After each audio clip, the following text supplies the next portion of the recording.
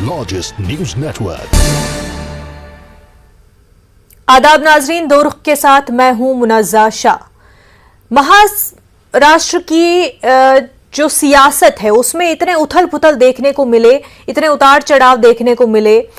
Rebellion nature हमने देखा वहां पर, एमएलएज का किस तरह से एक सरकार को गिरा देती है। उसके बाद जून 30 को बीजेपी और Shinde group, rebel group Shiv Sena का सरकार बनाते हैं। जून 30 को 35 दिन हो चुके हैं, लेकिन अब मामला यह है कि अभी तक कैबिनेट में तौसी नहीं हुई है, कैबिनेट एक्सपेंशन नहीं हुआ है अभी तक। 35 दिन गुजर चुके हैं और इस पर सवाल उठ रहे हैं कि क्यों अभी तक सिर्फ शिंदे साहब जो कि सीएम है महाराष्ट्र के और डिप्टी सीएम फडणवीस ही है इस कैबिनेट में, अभी तक क्या कोई तीसरा काबिल इंसान कैबिनेट में शामिल करने के लिए नहीं मिला है। ये जो रिबेलियस एक तहरीक चलाई थी शिंदे साहब ने और फिर महाविकास अघाड़ी सरकार को गिराया गया था, क्या ये एक विदाउट प्लानिंग के था? क्या एक सोच नहीं रखी गई थी कि किस तरह से उसके बाद काम होगा, कैबिनेट को किस तरह से तौसी किया जाएगा? हालांकि इसके कई रीजंस कहे जा रहे हैं। एक तो ये कि जो लीगैलिटी है, जो अभी सुप्रीम कोर्ट में भी केसेस चल रहे हैं, उस हवाले से भी समझा जा रहा है कि इतना वक्त लग गया है। लेकिन जहां पर हम देख रहे हैं ऑपोजिशन वो ये मान रही है कि ऐसा पहली बार महाराष्ट्र की हिस्ट्री में हुआ होगा कि लोगों को इतना सफर करना पड़ा, क्योंकि एक प्रॉपर कैबिनेट नहीं है, सिर्फ 2 लोग ही है और जो लोगों का कामकाज है, जो लोगों का वेलफेयर है वो सफर कर रहा है। एक तरफ स्टेट में कुछ ऐसे इलाके जिनमें फ्लड लाइक सिचुएशन है, कुछ ऐसे इलाके जहां पर पानी बारिश न होने की वजह से लोग सफर कर रहे हैं, तो काफी मुश्किलात लोगों को, गार्डियन मिनिस्टर्स न होने की वजह से। तो इस तरह के सवाल जो है फडणवीस और एकनाथ शिंदे पर उठाए जा रहे हैं। लेकिन दूसरी तरफ ये कहा जा रहा है कि सोच विचार हो रहा है। आज भी जो है देवेंद्र फडणवीस दिल्ली गए हैं कोर लीडरशिप जो बीजेपी के है उनके साथ डिस्कशन करने के लिए, फाइनल टच जो आखिरी लिस्ट होगी इस कैबिनेट की उसको देने के लिए। और ये माना जा रहा है कि संडे से पहले, इतवार से पहले कैबिनेट में तौसी की जाएगी। लेकिन इतवार को ये माना जा रहा है कि जो सीनियर बीजेपी और लीडरान है और जो एकनाथ शिंदे ग्रुप में सीनियर लीडरान है, कुल 15 इतवार को हलफ लेंगे और ऐसे करके 2 या 3 पड़ाव में एक्सपेंशन होगा इस कैबिनेट का। लेकिन जहां एक तरफ जुलाई 18 को मॉनसून सेशन होना था वो रुक गया। तब ये कहा जा रहा था कि ज्यादा वक्त नहीं लगेगा, बहुत जल्द एक्सपेंशन हो जाएगा और अगस्त के पहले वीक में ही मॉनसून सेशन शुरू हो जाएगा। लेकिन अगस्त का पहला वीक भी अब खत्म होने की कगार पर है, लेकिन एक्सपेंशन जो है अभी तक नहीं हुआ है। इस पर मजीद बात करने के लिए हमारे साथ 2 खास मेहमान जुड़े हुए हैं। बीजेपी के स्पोक्स पर्सन आसिफ भामला साहब और शिवसेना स्पोक्स पर्सन संजना घाड़ी साहिबा हमारे साथ जुड़ चुके हैं। दोनों का खैर मकदम है न्यूज़ 18 उर्दू में। आसिफ साहब, सबसे पहले तो आप ही से जानना चाहेंगे कि क्या वजह है इसकी, इतना अरसा बीत चुका है, 1 महीने से ऊपर हो चुका है, कैबिनेट तौसी क्यों नहीं हुई?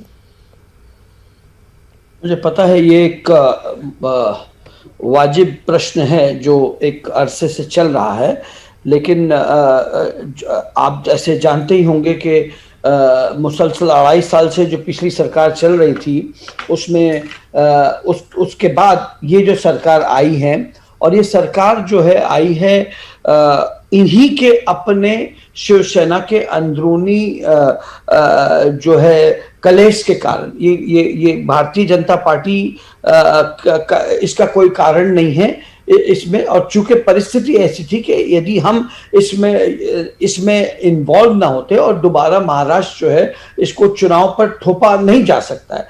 इस परिस्थिति, सूरत हाल में जो है हमने जो इनका जो गठ जो अलग हुआ है, जो आप जानते हैं जिसे हम शिंदे गठ कहते हैं, और ये अपने आप को शिवसेना का असल गठ मानता है, क्योंकि ज्यादा से ज्यादा चुने हुए सांसद, संगठन, खासदार, आमदार सारे इनके गठ में हैं।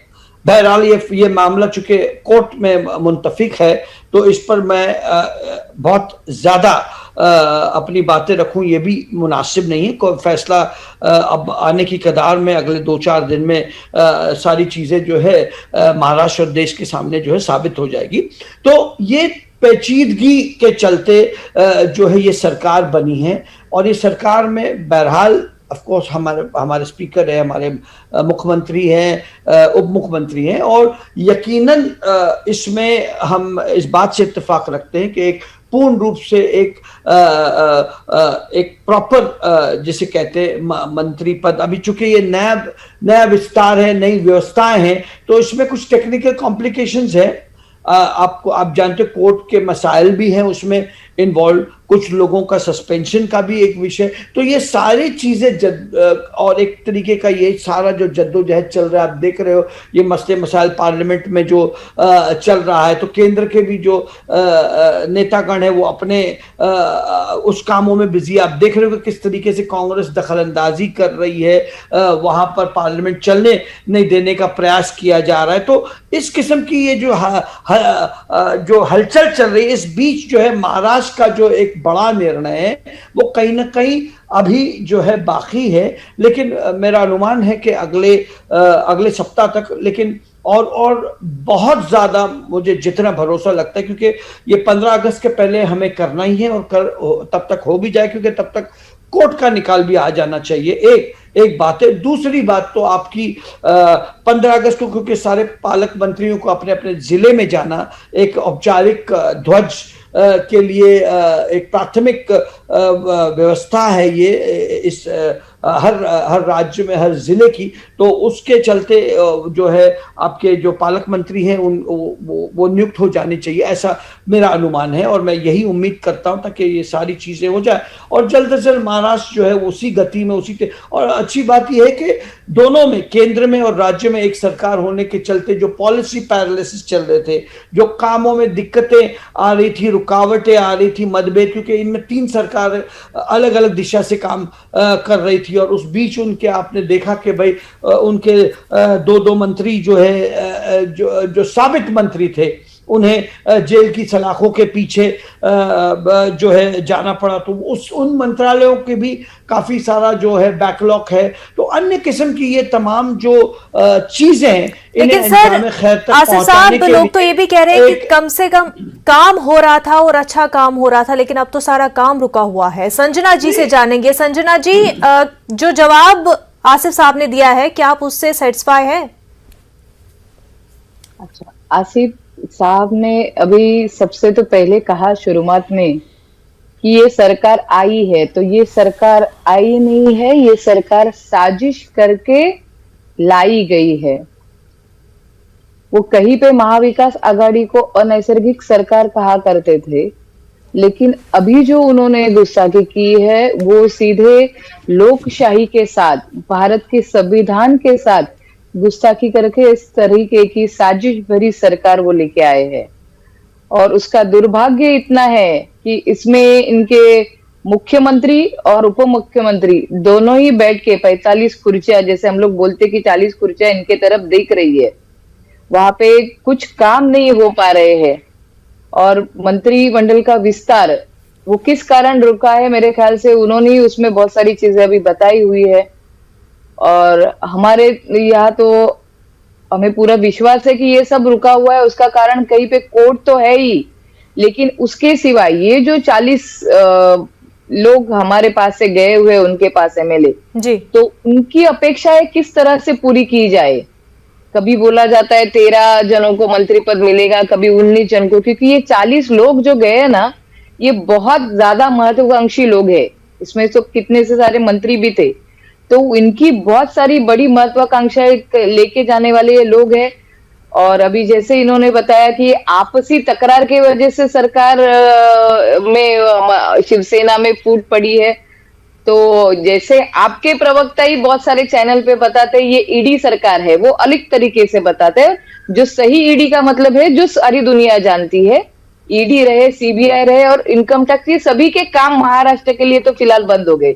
शांति इस चीज की है कि जो रोज के रोज किरीट सोमैया सुनाई देते थे आरोप करते हुए, उनके आरोप बंद हो गए। ईडी सीबीआई इनकम टैक्स की कार्यवाही अभी सिर्फ हमारे संजय राउत जी है, जो शिवसेना के मुख्य प्रवक्ता थे, उनको कहीं पे हैरान करके किस तरह से साथ में शामिल कर लिया जाए, उसके लिए पूरे केंद्रीय व्यवस्था उसके लिए लगाई दी गई है।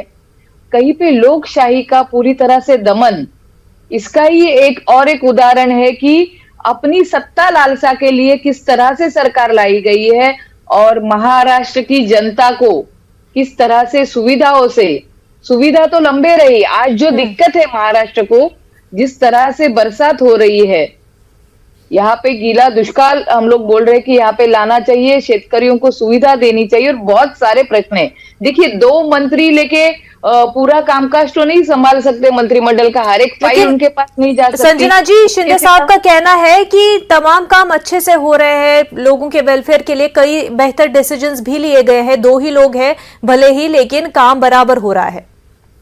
अच्छा, मैं बताना चाहती हूँ यहाँ पे, देखिए उनको 2 मंत्रियों को मिलके 2 मंत्रियों के मंत्रिमंडल को पूरा काम करना है, उसमें और दिल्ली वारी करना है, मोदी जी अमित शाह जी को मिलने के लिए जाना है, किसको मंत्री करना है किसको नहीं, वो बार बार, आज देखिए आज भी देवेंद्र फडणवीस सब काम छोड़ के वहां पे चले गए। अच्छा, और एक महाराष्ट्र की जनता को विश्वास हो बैठा था कि उद्धव साहब इतनी बड़ी बीमारियों से लड़ रहे थे और उसके वजह से वो मंत्रालय नहीं जा पाए कुछ वक्त के लिए, तो हमें तो लगा था जिस तरह से एकनाथ शिंदे जी भाषण दे रहे हैं तो उनको तो धन्वंतरी का आशीर्वाद मिला हुआ है, वो कभी बीमार नहीं पड़ेंगे। तो आज आप वो भी देख लिए कि बहुत तबीयत खराब होने के कारण आज उन्होंने भी उनकी सारी मीटिंग्स बंद कर दी है। मतलब वो भी कहीं पे इंसान या उनको भी बीमारियां हो सकती है, ये तो पहले महाराष्ट्र की जनता को मालूम पड़ा और उसके वजह से काम बंद करना पड़ सकता है।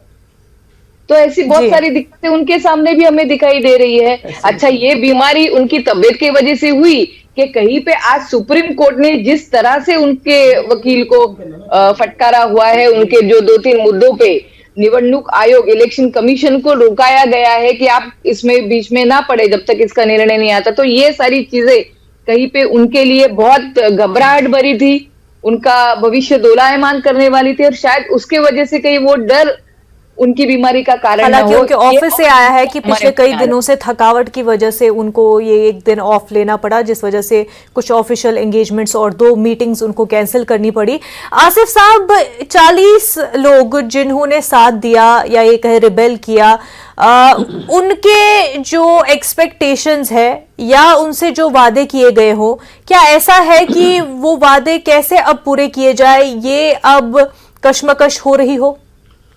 पहले तो मैं हमारे जो शिवसेना की जो प्रवक्ता मोहतरमा है उनको कुछ विषयों को जो उन्होंने रेस किया उन्हें जवाब देना जरूरी कि भाई ये अनैसर्गिक सरकार है। बिल्कुल आपने जो है वजह फरमाई कि अनैसर्गिक सरकार अगर ये है तो मैं आपसे पूछना चाहूँगा कि वो सरकार जो जिसे बाला साहब ठाकरे ने कभी जीवन में कहा था कि कांग्रेस के संग अलायंस करने से बेहतर है कि मैं अपनी दुकानें बंद कर दूं, मैं इस पॉलिटिकल पार्टी को जो है चलने से रोक दूं अगर इनसे मुझे अलायंस करने की नौबत आई, और उससे और उनके इरादों के विपरीत आप जाकर ये अनैसर्गिक सरकार बनाई और आपने इसका परिणाम देखा। और ये परिणाम हमने हमारी कोई भूमिका नहीं, मुझे बोलने दीजिए, मैं जब आप बोल रही थी मैं बीच में नहीं बोल रहा था। हिंदुत्ववादी नहीं है, इसके वजह से कृपा करके आप उन्हें जहमत दें कि जब वो बात संजना जी,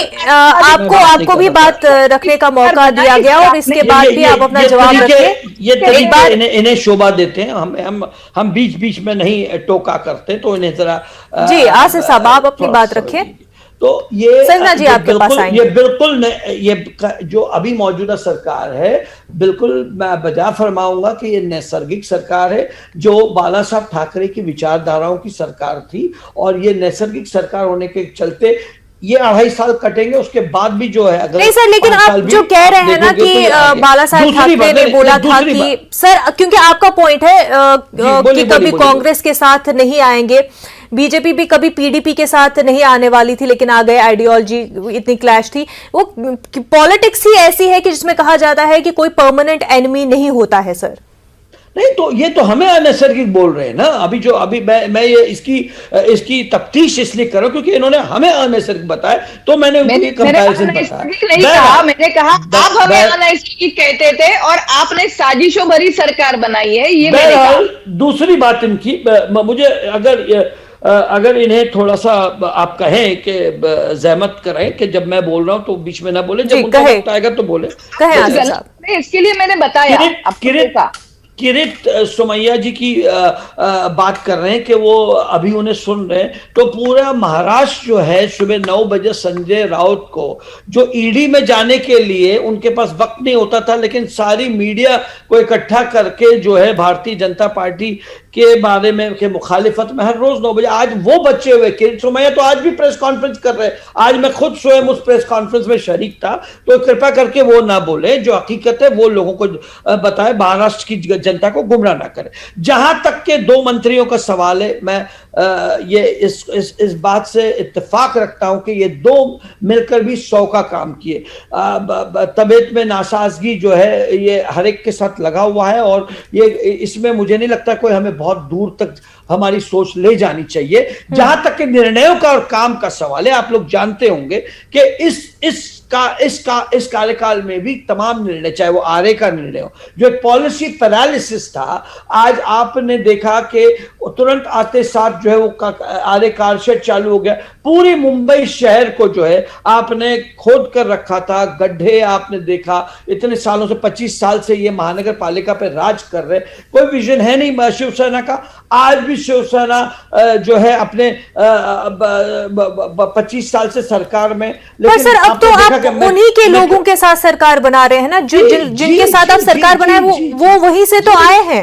हाँ, बट अभी तो अब जो महानगर पालिका में वो तो वहां उनकी सरकार है, प्लस जो पॉलिसी पैरालिसिस मेट्रो को लेकर हो रहा था, जिसके चलते पूरी मुंबई जो है उन्होंने खोद रखी थी, आज वो अपनी गाड़ी ट्रैक पर आई और कारशेड अब बनने जाएगा। मुंबई शहर को अगले 1 साल में जो है बीकेसी से जो है एक प्रॉपर जो है इन्हें ये जो योजना है मेट्रो कार की, ये इन्हें रास्ता होगी कि कोकन के जो किसान हैं उन्हें पेंशन देने का जो है मुआवजा देने का काम इन्होंने पहले ही दूसरी कैबिनेट में इन्होंने कर दिया। और यही नहीं, उन्हें 50,000 जो है उन्हें जो अनुदान देने का भी काम जो है मौजूदा सरकार ने अनाउंस किया, और उस पर जो है अमल बजावनी भी शुरू कर दी। आपने देखा उन्होंने जो किसानों का जो वोटिंग राइट थी एपीएमसी में जो है, जो रोका गया था पिछली सरकार में, गुलदस्ता सरकार में, उसको रिवाइव करके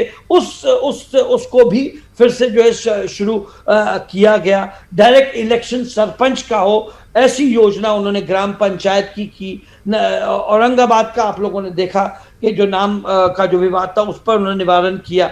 गैस और फ्यूल प्राइसेस का जो दर जो केंद्र सरकार ने तब कम किया था, और ये मुसलसल 1.5-2 साल से ये कर उतना ही रखे थे, आज उसको आते साथ उन्होंने कर घटाकर जो है, ताकि हर चीज का जो भाव है जो है उसके जो पैरेलल जो चलते जो इफेक्ट और इम्पैक्ट होता है, उसके चलते वो जो महाराष्ट्र की जनता को फायदा, तो उन्होंने वो निर्णय लिया। उन्होंने बरसात का जो पानी जो मराठवाड़ा में अक्सर हम देखते थे कि पानी की किल्लत के चलते जो है, तो इस बरसात के जो पानी का जो डाइवर्शन है उस पर कहीं ठोस नहीं ले। तो ऐसा नहीं कि 2 मिलकर शासन प्रशासन है, ब्यूरोक्रेसी है महाराष्ट्र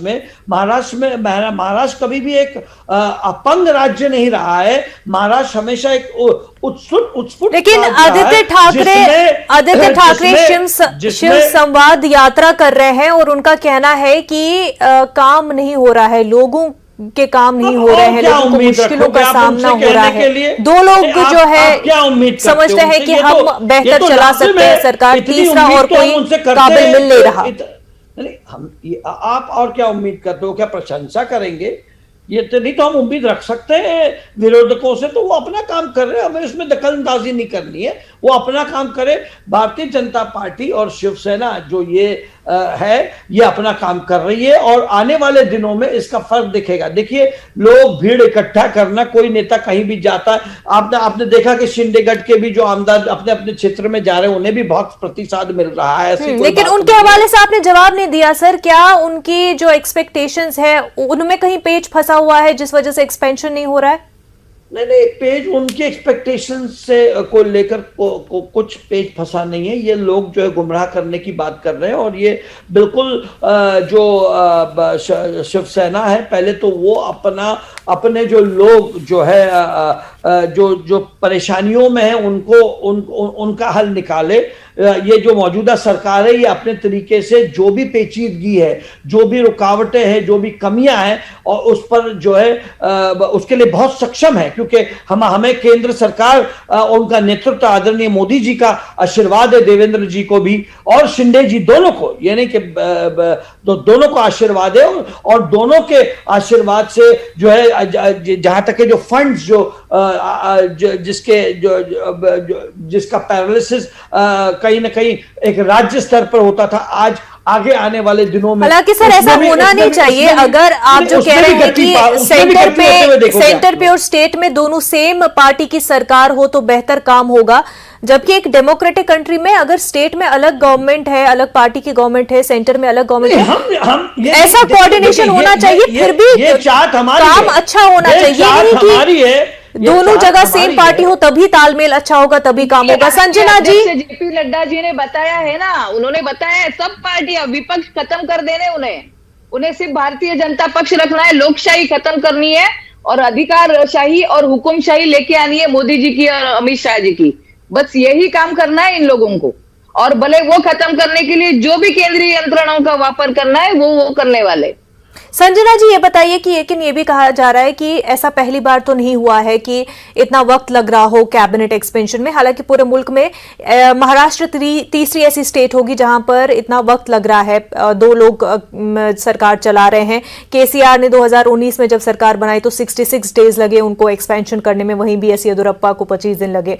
तो क्यों इसको इस तरह से देखा जा रहा है कि कोई नई चीज हो गई हो या फिर काम नहीं होगा इस तरह से, या सक्सेसफुल गवर्नमेंट नहीं होगी? देखिए, काम नहीं हो रहा है, ये तो सच्चाई है ना। लोग सफर कर रहे हैं। अभी जैसे इन्होंने आरे कारशेड का मुद्दा बताया, तो क्या मुंबई कर ये मुद्दे से खुश है? आज आरे जैसा इतना बड़ा जंगल, आप अगर बाहर के देशों में जाओगे, आप देखेंगे कि किस तरह से उनको बचाया जाता है। और हमारा देश का, हमारे मुंबई की शान जो है आरे का जंगल, इतने बड़े प्रदूषण भरे इस मुंबई में, ये हमें एक कहीं पे दिलासा देता था हमारी जीवन को, उसको ही पूरी तरह से तहस नहस किए जाने की प्लानिंग है। और ये सबको मालूम है कि कारशेड के साथ वहां का वन्य जीवन है, ये पूरी तरह से नष्ट होगा। ये वन्य संशोधन करने वाले लोगों का एक बहुत बड़ा आर्टिकल अभी आया हुआ था कि इससे पूरा वन्य जीव जो है वो नष्ट होने वाले हैं वहां पे। तो इसके बारे में कोई नहीं सोच रहा है, उसको कहीं पे शिफ्ट कर दिया गया था। इसका मतलब इन्होंने जो किए, इन्होंने कुछ अच्छे निर्णयों से ज्यादा, आज हमारी सुबह बात हुई वैसे चैनल पे कि स्क्रैप सरकार, मतलब पहले वाले निर्णय सब स्क्रैप कर देने का काम इन्होंने किया हुआ है। अच्छा, पहले वाले निर्णय कौन से स्क्रैप हो रहे हैं? जिसमें उद्धव जी मुख्यमंत्री थे और एकनाथ शिंदे जी नगर विकास मंत्री थे। जैसे आप लीजिए मुंबई महानगर पालिका का प्रभाग रचना हो, ये सब निर्णय लेते वक्त नगर विकास मंत्री, उनका तो सबसे बड़ा ये रहता था उसमें, और वही व्यक्ति आज ये निर्णय बदल रहा है। तो ये क्या इस सिचुएशन की मांग है, या दिल्ली से कोई हुक्म आ रहा है उसके ऊपर ये किया जा रहा है? ये सब सोचने की बात है कि महाराष्ट्र में इससे पहले आप बोल रहे हैं ना, बाला साहब ठाकरे जी की राजनीति कैसे चलती थी। यहाँ से कभी दिल्ली को पांव पड़ने के लिए जाना नहीं पड़ता था, अभी कौन से मंत्री नियुक्त करने हैं, क्या करना है। आज हमारे लोगों को, मुख्यमंत्री उप मुख्यमंत्री उनको बार बार दिल्ली जाना पड़ रहा है, क्या करना है, क्या करना है, क्या करना है। तो इसी हवाले से फडणवीस जो है वो आज भी दिल्ली के दौरे पर गए हुए हैं, और ये माना जा रहा है कि एक फाइनल टच जो है लिस्ट में आ जाएगा, और एक कैबिनेट के हवाले से प्रॉपर लिस्ट आज हो सकता है फाइनल हो जाए, और ये माना जा रहा है कि इतवार से पहले जो है एक्सपेंशन हो जाए। लेकिन काम काज पर कितना असर पड़ा है, और आने वाले दिनों में क्या जिस तरह से सुप्रीम कोर्ट की रूलिंग होगी और लीगैलिटीज के हवाले से और शिवसेना के पार्टी चिन्ह के हवाले से, सिंबल के हवाले से क्या फैसले आएंगे और उसका असर क्या होगा इस सरकार पर, वो आने वाले दिनों में धीरे धीरे सब चीजें जो है साफ हो जाएंगी। आसिफ साहब, संजना जी, आप दोनों का बेहद शुक्रिया हमारे साथ बात करने के लिए।